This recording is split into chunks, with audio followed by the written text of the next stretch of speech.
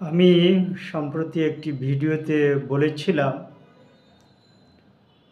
যে স্বাধীনতার পর ব্রিটিশ ইস্ট ইন্ডিয়া কোম্পানির শোষণতান্ত্রিক আইন বহাল রেখে বঙ্গবন্ধু ভুল করেছিলেন। এ বিষয়ে অসংখ্য মানুষ আমাকে প্রশ্ন করেছে। তারা জানতে চেয়েছে যে বঙ্গবন্ধু এই ভুলটি ইচ্ছাকৃতভাবে করেছিলেন নাকি অখেয়ালবশত করেছিলেন, এমনটা তিনি কেন করেছিলেন।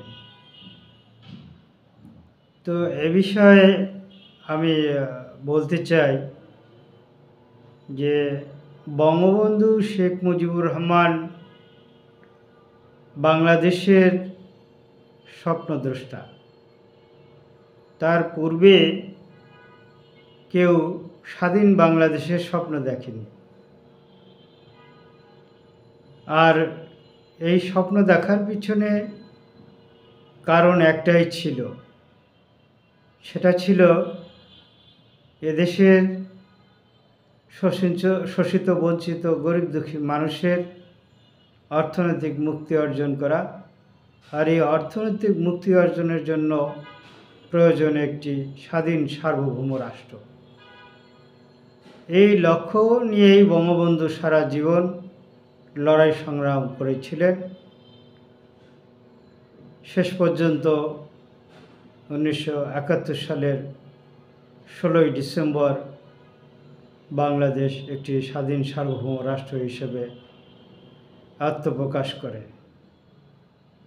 কিন্তু এই স্বাধীনতার পূর্বেই এই বাংলাদেশের শাসনতন্ত্র কেমন হবে, কিভাবে এদেশের মানুষের অর্থনৈতিক মুক্তি অর্জন হবে, সেই সংক্রান্ত একটি সংবিধান অথবা ঘোষণাপত্র, যে ঘোষণাপত্র করেছিল মুজিবনগর সরকার, সেই ঘোষণাপত্রে আসা উচিত ছিল যে বাংলাদেশের মানুষের অর্থনৈতিক মুক্তি কিভাবে আসবে। বাংলাদেশের মানুষ কি ব্রিটিশ ইস্ট ইন্ডিয়া কোম্পানির শোষণতান্ত্রিক আইন দিয়ে বাংলাদেশের মানুষের অর্থনৈতিক মুক্তি অর্জন করতে পারবে? কিন্তু মুজিবনগর সরকার যে ঘোষণাপত্র আছে সেখানে এই বিষয়টি স্পষ্ট কোনো উল্লেখ ছিল না। এরপরে বাংলাদেশের স্বাধীনতার পর বাংলাদেশের সংবিধান প্রণয়ন কমিটি গঠন করা হয়েছিল। 36 সদস্য বিশিষ্ট সংবিধান প্রণয়ন কমিটি যে সংবিধান প্রণয়ন করেছিলেন, সেই সংবিধানেই 1972 সালে সংসদে পাশ হয়েছিল, অনুমোদিত হয়েছিল।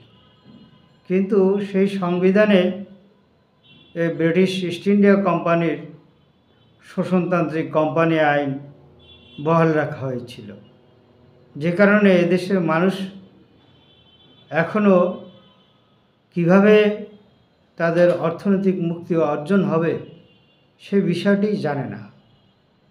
আর স্বাধীনতার পর মূলত বঙ্গবন্ধু শেখ মুজিবুর রহমান এককভাবে আরেকটি যুদ্ধ করেছিলেন। এই যুদ্ধটা তিনি একাই করেছিলেন। এই যুদ্ধের বিষয়বস্তু কাউকে বুঝতে দেননি। তিনি তার প্রজ্ঞা, তার রাজনৈতিক কৌশল, তার কূটনৈতিক দূরদর্শিতা সম্মিলন করে তিনি 1971 সনে অক্টোবর মাসে মুজিবনগর সরকার ভারত সরকারের সঙ্গে যে 7 দফা ভিত্তিক শর্ত চুক্তি স্বাক্ষর করেছিল, সেই শর্ত চুক্তি বলে মূলত বাংলাদেশ পরিপূর্ণ স্বাধীন ছিল না। তো বঙ্গবন্ধু শেখ মুজিবুর রহমান সেই চুক্তি এককভাবে বাতিল করে বাংলাদেশকে পরিপূর্ণভাবে স্বাধীন করেছিলেন। এরপরে এদেশ থেকে ভারতীয় সৈন্য প্রত্যাহার করে তিনি যে কাজটি করেছিলেন সেটা আমরা কোনো দিন বঙ্গবন্ধুর এই ঋণ শোধ করতে পারব না। আর এই কর্মকাণ্ড করতে গিয়ে বঙ্গবন্ধুর পক্ষে এই সংবিধান প্রণয়ন কমিটির এই দায়িত্ব এককভাবে পালন করা হয়তো বা সম্ভব হয়নি। এজন্য বলতে হবে যে বঙ্গবন্ধুর এটা ইচ্ছাকৃত ভুল ছিল না, এটা তাৎক্ষণিক পরিস্থিতি। উনি একা কী করবেন? একদিকে ভারতের সাথে তার একটি স্নায়ুযুদ্ধ, অন্যদিকে একটি যুদ্ধ বিধ্বস্ত দেশ পুনর্গঠন করা, তারপরে এই যে বুভুক্ষ মানুষগুলো তাদের মুখে অন্ন তুলে দেওয়া, নিরাপত্তা নিশ্চিত করা। বঙ্গবন্ধুতে তখন কিছু চরমপন্থী গোষ্ঠী যারা বিদেশি অনুচরের মতো কাজ করেছে, তারা এমন পরিস্থিতি সৃষ্টি করেছিল, এমন রাহাজানি, ডাকাতি, খুন, সন্ত্রাস এগুলো করেছিল, বঙ্গবন্ধুকে তারা নাজেহাল করে ছেড়েছিল। হয়তো এসব কারণে তখন এগুলো বঙ্গবন্ধুর একার পক্ষে এগুলো দেখা সম্ভব হয়নি। এটা বঙ্গবন্ধুর ইচ্ছাকৃত ভুল ছিল না। এটা দরকার ছিল সংবিধান প্রণয়ন কমিটির আরও বিচক্ষণ হওয়া, আরও দূরদর্শী হওয়া এবং আরও একটু কষ্ট করে এদেশের মানুষের অর্থনৈতিক মুক্তি কীভাবে আসতে পারে সেই দিকটা আরও ব্যাপকভাবে অনুধাবন করে চিন্তাভাবনা করে একটি আইন প্রণয়ন করার দরকার ছিল। কিন্তু এই কাজটি সংবিধান প্রণয়ন কমিটি করেনি। আমি বলবো তাদেরই এটা ইচ্ছাকৃত ভুল ছিল, বঙ্গবন্ধুর নয়।